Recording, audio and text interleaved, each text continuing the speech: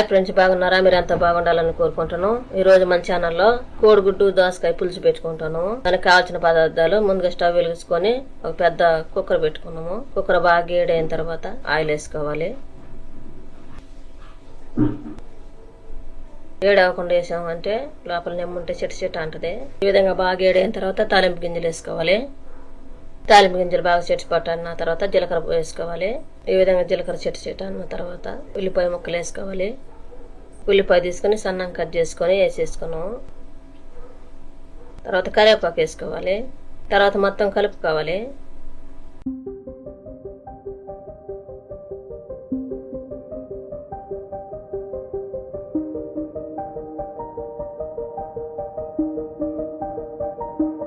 బాగా దూరగా gold colour వచ్చేదాకా వేపుకోవాలి.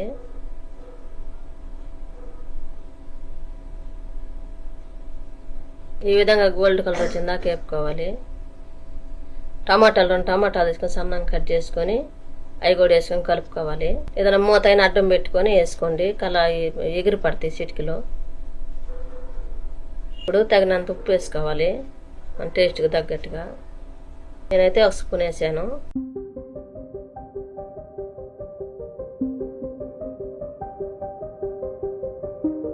ఇప్పుడు దోసకాయ తీసుకొని సన్నం కట్ చేసుకొని అవి కూడా వేసేసుకోవాలి.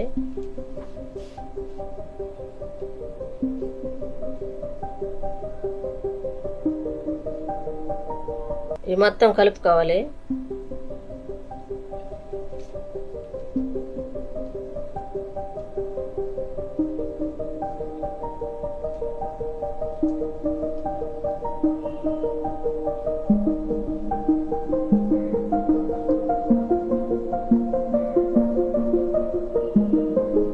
ఈ విధంగా సన్నంగా కోసామంటే తొందరగా ఉడుకుద్ది. పక్కన స్టవ్ వెలిగించుకోవాలి. ఒక బాండ్లు పెట్టేసుకోవాలి. దాంట్లో ఆయిల్ వేసుకోవాలి. ఒక స్పూన్ దాకా ఆయిల్ వేసుకున్నాం. ఒక స్పూన్ 2 స్పూన్లు. ఇప్పుడు ముందుగా ఉడికిచ్చి ఆ పొట్టు అంతా తీసేసుకొని బాగా ఫ్రై చేసుకుంటాను. గుడ్లు ఒక 7 కోడిగుడ్లు తీసుకున్నాం. ఈ విధంగా ఆయిల్లో వేగాయి అంటే బాగా టేస్ట్ ఉంటుంది. ఇప్పుడు కొంచెం పసుపు వేసుకోవాలి. కొద్దిగా కారం వేసి వేపుకోవాలి. ఈ పక్కన మనం దోసకాయలు పెట్టుకున్నాం కదా, అవి కూడా బాగా మగ్గించుకుంటాను. ఈ విధంగా బాగా మగ్గాలి. కోడిగుడ్లు కూడా బాగా దూరగా వేగినాయి కదా. ఇప్పుడు దోసకాయలో పసుపు వేసుకోవాలి. 1 స్పూను పసుపు వేసుకొని కలపాలి.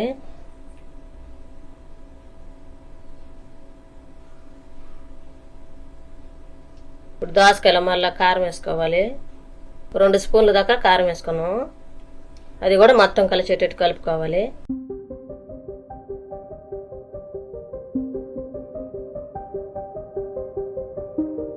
ఇప్పుడు జీలకర్ర దంచుకోవాలి. రోట్లో వేసుకొని జీలకర్ర మెంతులు వేసుకొని దంచుకోవాలి. కొంచెం పులుకులుగా ఉండేటట్టుగానే దంచుకోవాలి. మెత్తంగా ఏం అవసరం లేదు. ఈ విధంగా దంచుకోవాలి. ఇప్పుడు మనం ఉడుకుతుంది కదా దోసకాయ ముక్కలు, దాంట్లో వేసేసుకోవాలి. ఇప్పుడు ధనియాల పొడి వేసుకోవాలి. ఈ పచ్చి ధనియాల పొడి ఇది. ఈ విధంగా మొత్తం వేసిన తర్వాత కలిపేసుకోవాలి. మసాలాలను వేసిన తర్వాత ఇప్పుడు కొద్దిగా చింతపండు తీసుకొని ఇది బాగా కలుపుకోవాలి. కలుపుకొని ఆ పులుసు పోసుకోవాలి.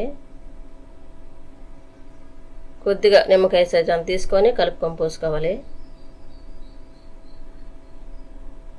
మొత్తం కలిపేసుకోవాలి. బాగా దోసకాయ ముక్కలకి పట్టేటట్టుగా. ఇప్పుడు 1 గ్లాస్ వాటర్ పోసుకోవాలి. 1 టీ గ్లాస్ నిండా. ఇప్పుడు పక్కన మనం ఉడికించుకున్నాం కదా కోడిగుడ్లు ఫ్రై చేసుకున్నాం కదా, అవి కూడా దాంట్లో వేసుకోవాలి.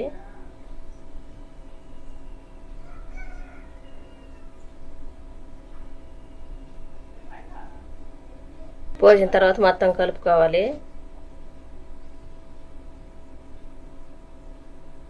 ఒక 2 విజిల్లు వస్తే సరిపోతుంది. ఈ విధంగా విజిల్ పెట్టుకోవాలి. కిందకి దించి పెట్టుకోండి. మళ్ళీ స్టవ్ మీద పెట్టేసి విజిల్ పెట్టుకోకండి.